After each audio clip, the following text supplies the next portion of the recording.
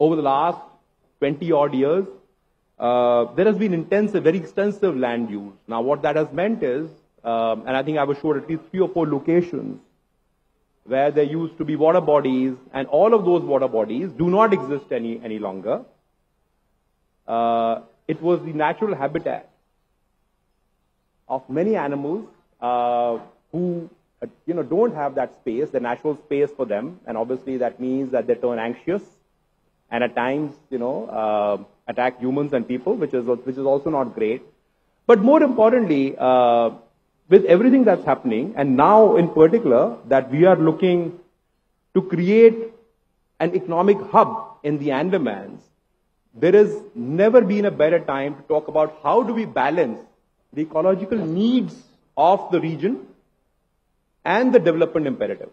The two need to go hand in hand. Obviously, we were just discussing, it's something that the development that is possible in the region, we've been talking about it for years, but how do we marry it to the ecological needs of the islands, considering that they are many parts of the island we can't even go to.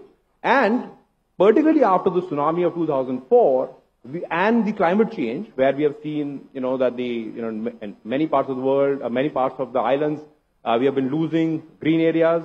The quantum of mangroves there have gone down significantly. The water levels have been rising, and in particular, we are losing the natural habitat.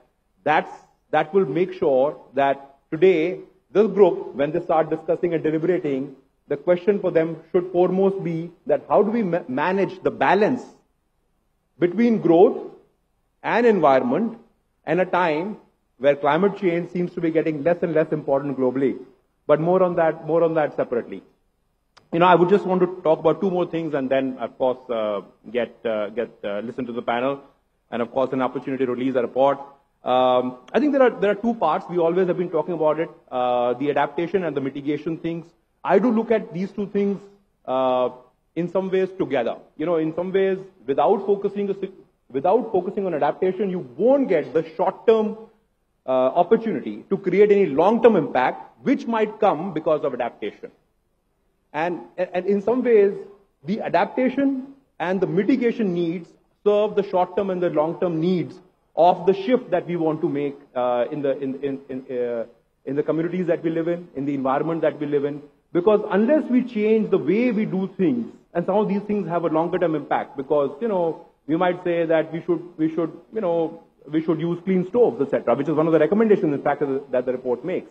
But it's not going to do anything to the environment like now. It will possibly take some time for it to have the impact on the environment that we seek it to have. But some of this is very, very important. If you like the video, do like, comment, share and subscribe.